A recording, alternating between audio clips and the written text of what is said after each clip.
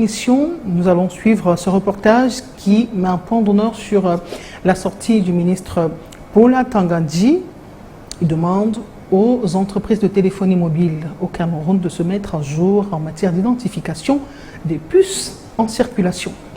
450 puces de téléphones non identifiées saisies lors des opérations contre les terroristes sécessionnistes dans les régions du nord-ouest et du sud-ouest, ainsi que dans les régions de l'extrême nord. À chaque coup de force, presque une trentaine de téléphones portables sont retrouvés. Grâce à ces outils, ces ennemis de la nation peuvent communiquer, mais pas que. Pour les régions du nord-ouest et du sud-ouest, 320 millions de francs ont été payés aux terroristes dans les réseaux de paiement MTN et Orange. Dans les régions de l'extrême nord et de la Damawa, près de 75 millions ont été payés après les kidnappings et demandes de rançon. Ces hors-la-loi s'engraissent et financent leur sale besogne sur le dos des pauvres populations dépassées par les événements.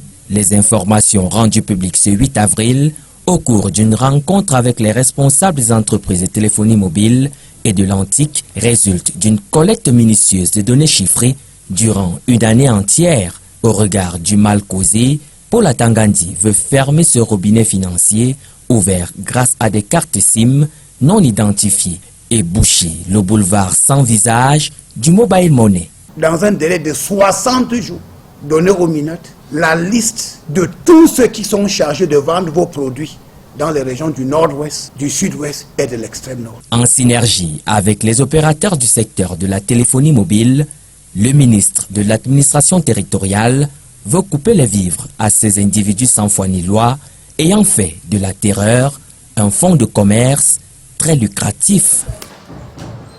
Plus qu'une conférence, c'est un témoignage. Je n'étais pas un réfugié. J'étais un fugitif. Ce qu'il a vu, entendu et vécu durant son séjour à La Haye, Charles Blé Goudé balance tout. Le 17 janvier 2013, très tôt le matin, la porte est défoncée. La police ghanéenne me met aux arrêts. Je suis mis dans un coffre de voiture sans me présenter un seul avocat conduit en Côte d'Ivoire, où je suis détenu en isolement pendant 14 mois. Une sortie sans langue de bois où l'ancien pilier du régime de l'ex-président Laurent Gbagbo retrace ses années de détention et d'exil à la suite des violences post-électorales qui ont agité son pays de 2010 à 2011. Mais si l'homme politique ivoirien ressort ce passé sombre, c'est pour faire une analyse critique de la juridiction internationale. Il décrit entre autres un mécanisme bien ficelé où les Africains sont les seuls clients de la CPI. Il y a des conflits partout, ailleurs, à part l'Afrique. Pourquoi ce sont seulement des Africains qui sont transférés à la CPI? Et pour que ce qui lui est arrivé n'arrive plus à un autre Africain, Blé Goudé est porteur d'un message de libération pour le continent.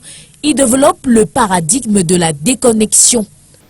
Pourquoi l'Afrique ne peut pas se développer avec ses propres paradigmes?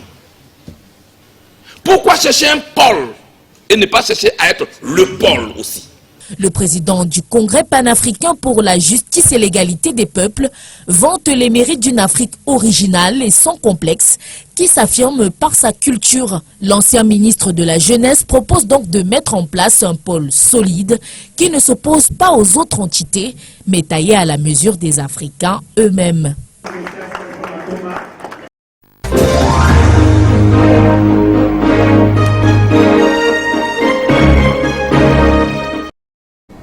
En deuxième partie de cette émission, nous recevons le président de l'interprofession avicole du Cameroun, François Ndjonou. Bonjour et bienvenue sur le plateau de la Rétro. Bonjour madame. Alors je rappelle que dans 2 semaines seulement, la capitale politique du Cameroun va vibrer au rythme du salon avicole international. Le SAVI, c'est quoi pour ceux qui ne sont pas assez connectés? Oui, exactement. L'événement aura lieu le 23, 24 et 25 avril au Palais de Congrès à Yaoundé. Donc le SAVI, c'est quoi? Le SAVI, c'est un salon, oui. Comme son nom l'indique. C'est un salon qui regroupe les professionnels de la filière avicole du Cameroun, les professionnels qui sont à l'étranger aussi. Donc c'est un salon international, parce qu'il faut le préciser. Donc c'est un lieu de rencontre des professionnels, que ce soit des professionnels étrangers, ceux du Cameroun, c'est là où ils se rencontrent. Vous présentez le savoir-faire, vous présentez les dernières innovations technologiques dans le domaine, vous savez, parce que le domaine avicole, c'est un domaine qui est assez dynamique, hein, donc ça change tous les jours. Donc tous les 2 ans, nous organisons donc ce salon pour que les agriculteurs découvrent tout ce qui a été découvert pendant les 2 ans, en fait, si vous voulez. Donc, toutes les dernières innovations, tout ce qui a été découvert pendant ces 2 années. Et aussi présenter le savoir-faire, parce qu'au Cameroun aussi, il y a des entreprises, des entreprises agricoles assez dynamiques, hein, qui produisent, qui font aussi des recherches. On a aussi les professionnels qui sont dans des écoles de formation, hein, qui sont dans des instituts de formation, je veux dire, et qui viennent au salon et qui, pour la plupart d'entre eux, qui viennent nous faire des exposés scientifiques, parce qu'on communique sur des sujets d'intérêt général dans la filière avicole, ou bien d'intérêt spécifique parfois. Donc on trouve des professionnels qui viennent communiquer sur ces sujets, qui parlent de ces sujets. Il y a des échanges. Il y a aussi pendant ce salon que des financiers qui sont invités. Il y a des administrations aussi. Donc en fait, c'est un lieu où tous les intervenants de la filière avicole se retrouvent pour discuter des problématiques de la filière avicole. Quand on parle de filière avicole, il faut comprendre rapidement des poules pondeuses et des poulets de chair, même si le secteur avicole englobe bien d'autres domaines, mais au Cameroun, c'est singulièrement ces 2 espèces-là. Alors, Monsieur le Président, quelles seront les partitions à jouer par l'IPAVIC dans l'organisation de ce grand rendez-vous international qu'abritera le Cameroun? Quelle sera la partition de l'IPAVIC d'une part et celle du MINEPIA d'autre part? Oui, il faut rappeler quand on parle de l'aviculture, il ne s'agit pas que des poules pondeuses et des poulets de chair. Tout à fait. Bon. C'est vrai qu'au Cameroun, ce sont les espèces que nous avons développées. Il y a les oies, en fait, on parle des oiseaux en général. Les oiseaux en général. Voilà, c'est ça, avicole, ça vient. Donc, concernant donc la préparation ou bien le salon avicole, le SAVI, au Cameroun, par exemple, au Cameroun, c'est le MINEPIA et l'interprofession avicole du Cameroun, les 2 qui organisent le SAVI. Donc, c'est les 2 qui organisent, ce sont donc des partenaires qui organisent le SAVI. Donc, sur l'IPAVIC est l'organisation technique, hein, parce qu'en fait, vous savez, s'il faut trouver des exposants étrangers, s'il faut trouver des professionnels de la filière avicole, s'il faut parler des techniques avicoles, s'il faut faire des échanges, trouver tous ceux qui font dans les innovations technologiques, des partenaires étrangers et autres, c'est le rôle de l'interprofession en fait, parce que c'est eux qui exercent tous les jours. Mais de l'autre côté, il y a le MINEPIA, le ministère des élevages, des pêches et des industries animales qui nous encadrent. Mais vous savez, c'est eux qui nous encadrent, hein, qui nous montrent la direction à suivre selon la politique gouvernementale. Donc, le MINEPIA est là pour nous aider à développer l'agriculture. Donc, c'est le MINEPIA qui est notre partenaire administratif. Si vous voulez. Raisonnablement pour ce salon de 2024, à quoi les éleveurs et autres professionnels seraient en droit d'attendre en participant à une rencontre comme celle-là? Vous me donnez l'occasion de demander aux éleveurs ou à tous les professionnels de venir très nombreux. La précédente édition qui a eu lieu en 2022 a vu près de 1600 participants, ce qui était beaucoup, parce que vous savez, c'est la 5e édition. Oui. Et chaque année, à chaque édition, nous constatons qu'il y a de plus en plus de participants. Donc, cette fois, il y a, comme d'habitude, des communications scientifiques, par exemple. Il y a des rencontres B2B. Il y a plusieurs pays qui participent. Donc, par exemple, l'Italie, la France, l'Allemagne, la Turquie et par exemple l'Espagne et autres. Il y a même dans la sous-région une délégation que nous attendons. Nous souhaitons que cette délégation arrive de haut niveau qui vient de Centrafrique. Donc voilà, et il y a donc beaucoup de professionnels qui viennent et d'ailleurs et du Cameroun. Donc tous les éleveurs qui sont au Cameroun surtout sont invités. Ils sont invités à venir découvrir donc les dernières innovations. Et puis il faut rappeler que tous les étrangers, tous ceux qui viennent surtout l'étranger sont pour la plupart des fournisseurs de souches.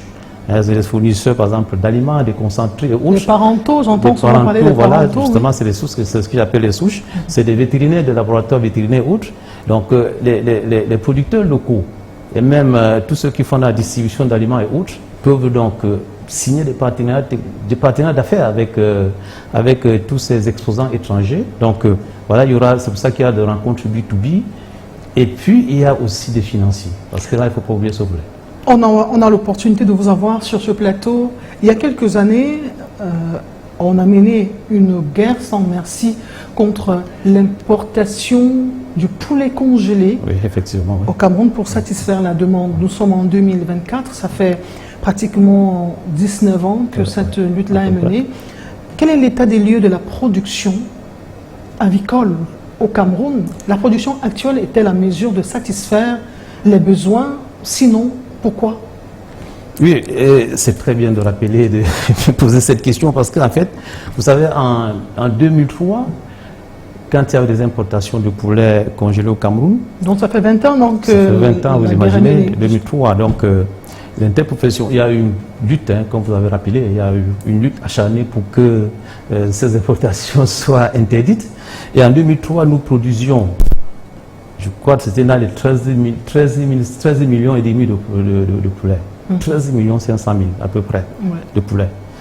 En 2014, nous sommes passés de 13 millions et demi, après l'interdiction des poulets, les importations, à 75 millions de poulets. Oui. Bon, vous imaginez, vous voyez donc là une croissance exponentielle. Oui. C'est même cela qui justifie donc l'organisation de ce salon. C'est pour ça que nous avons donc pensé qu'il fallait mettre en place cet événement qui est le salon pour soutenir la filière avicole, pour soutenir cette croissance. Donc aujourd'hui, on produit assez de poulets. C'est vrai que depuis 2018, il y a eu beaucoup d'événements qui ont fait chuter la production. Vous imaginez, vous vous souvenez encore de la grippe aviaire, l'événement de la grippe aviaire, vous vous souvenez de la crise de Covid, et aussi la guerre en Ukraine. Donc tous ces facteurs exogènes ont fait plomber la production avicole au Cameroun, mais on a constaté que depuis l'année dernière, la production est en hausse, donc elle croît en ce moment. Et je pense que d'ici la fin de cette année, s'il n'y a pas d'autres événements, on ne sait jamais, hein, parce qu'il peut y avoir un événement, je ne souhaite pas, un événement malheureux qui vient plomber la production. Je pense qu'on va rattraper donc ce chiffre de 75 millions. Le poulet ou les poules pondeuses, ça reste un aliment de luxe pour le Camerounais moyen. Comment on résout ça définitivement? Le poulet, en fait... Il y a des familles qui n'en mangent qu'à Noël. Bien, je vais rappeler ici que le poulet, il est la protéine, la première source de protéines au Cameroun. En fait. C'est la protéine, le poulet, c'est la viande la plus consommée au Cameroun, en réalité. Donc, le poulet participe je vais dire les protéines d'origine végétale, d'origine avicole, participe à près de 46%, 46% de l'offre en protéines au Cameroun. Mais on peut faire mieux. On peut faire mieux. Aujourd'hui, c'est la viande la plus consommée et ce n'est pas seulement au Cameroun, c'est la tendance mondiale. La tendance mondiale, avec la tendance mondiale, on constate justement que le poulet de chair est de plus en plus demandé, de plus en plus consommé, et le poulet de chair reste la viande la moins chère. La moins chère parmi toutes les viandes. Vous pouvez regarder sur le marché, je ne peux pas parler des autres viandes, mais c'est la viande la moins chère. Si vous ramenez le prix au kilogramme de poulet, le kilogramme de viande si vous voulez, vous allez constater que le poulet reste la viande la moins chère. On souhaiterait que ça baisse davantage parce que Bien le sûr. pouvoir d'achat dans ce contexte d'inflation n'est pas en train de s'améliorer. Donc, si vous avez une ration de 5 000 francs journalièrement, acheter le poulet à 3 000 ou à 2 800 francs quand ça va mieux, vous savez qu'il faut encore acheter de l'huile, des condiments, du plantain, etc. Finalement, on se retrouve à plus de 5 000 francs. Alors, pour sortir, Monsieur le Président de la filière interprofessionnelle avicole du Cameroun, comment est-ce que les pouvoirs publics peuvent aider votre filière à mieux se porter et à satisfaire totalement, si c'est possible, tout au moins à 75%, voire 80%, les besoins des Camerounais en matière de produits avicoles? Oui, je pense que les pouvoirs publics ont même un intérêt majeur à soutenir la filière agricole du Cameroun. C'est extrêmement important. On parlait de préférence nationale, on parlait de patriotisme économique tout à l'heure avec la directrice exécutive du GECAM. Exactement, oui. Et non seulement ça, il faut rappeler que la filière agricole contribue à 4% dans le PIB du Cameroun. C'est énorme. Et c'est une filière porteuse de croissance. Ça, c'est très important de rappeler ça. Et partout ailleurs, les gouvernements soutiennent la filière agricole. Parce que c'est une filière agricole qui croît très rapidement. Il y a énormément de choses à faire. Le gouvernement peut, vous savez, on a trop de problèmes que je ne peux pas énumérer parce qu'il y en a beaucoup. Mais l'un des principaux problèmes, c'est quoi? Et qui, si ce problème est résolu, devra nous permettre de produire du poulet et des œufs à très faible coût. Ce problème, c'est quoi? C'est le problème du maïs. Du maïs, parce que l'offre de maïs au Cameroun est assez faible. Le coût du maïs reste on importe encore le maïs au Cameroun. On importe encore du maïs au Cameroun. Malgré la multiplication des terres, exactement. On a des terres à perte de vue de part et d'autre. Exactement, on a des terres à perte de vue. La production nationale est très faible. Vous imaginez qu'on importe encore du maïs pour alimenter les poules. Donc, politique foncière à revoir pour permettre il faut revoir tout ça, aux opérateurs économiques de cultiver davantage. Et encourager l'agriculture, encourager la production du maïs, c'est très très important. Il faut produire moins cher, en grande quantité. Et dès que le coût du maïs va baisser, vous aurez votre poulet à 1000 francs. On prix à 1000 francs. C'est possible, un poulet à 1000 francs. Ah oui, pourquoi pas. Si les coûts de production sont revus. Alors, quand je parlais du maïs, vous imaginez que le maïs rentre à 60% au moins dans l'aliment. 60%. Vous imaginez, c'est une matière première majeure. C'est pour ça que je parle principalement du maïs. Il y a d'autres matières premières. Donc, mais il faut produire du maïs, ça c'est très important. Et à faire beaucoup, c'est le gouvernement qui peut le faire à travers le ministère de l'Agriculture. Et on sera épargné du poulet importé, dont on nous présente souvent des images d'injection, des substances qui grossissent le poulet un peu plus rapidement qu'il n'en faut. Tout à fait. Ce sera votre mot de fin. Je rappelle, vous êtes le président de la filière de l'interprofession avicole au Cameroun. Vous préparez le salon avicole international. C'est dans quelques jours seulement, du 23 au 24 23, 24, 25 avril. Donc, à Yaoundé. Donc c'est dans quelques jours à Yaoundé. Et donc, les éleveurs, les professionnels du domaine ont intérêt à participer à cette rencontre internationale pour se mettre à jour des innovations dans le domaine. Exactement. Monsieur le Président, merci d'être venu, merci d'avoir accepté l'invitation de la Rétro. Merci beaucoup. Chers téléspectateurs, nous vous disons également merci d'être restés pendant ce temps d'antenne. C'était la rétrospective de l'information, le rendez-vous des faits marquants de l'actualité. Vous n'avez pas eu l'opportunité d'être là de bout en bout tout au long de la semaine. Ce programme vous est singulièrement dédié. La rediffusion, c'est lundi à 9h. J'aurai le plaisir d'être à nouveau des vôtres dimanche prochain pour ce service. Portez-vous bien, à très bientôt sur Canal 2 International. Allez, au revoir.